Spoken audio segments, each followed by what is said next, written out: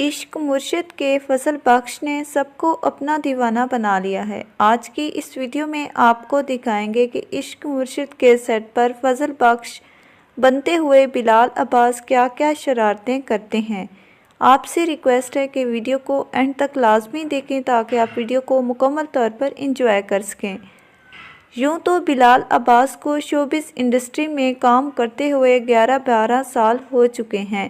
इस अरसे के दौरान बिलाल अब्बास ने मुख्तलिफ और डिफरेंट रोल निभाए हैं, लेकिन अब तक का बिलाल अब्बास का जो बेस्ट किरदार रहा है वो फजल बख्श और शामिर सिकंदर का है, जिसने बिलाल अब्बास की शोहरत को चार चांद लगा दिए हैं। फजल बख्श के किरदार की वजह से हर कोई बिलाल अब्बास का दीवाना बन गया है।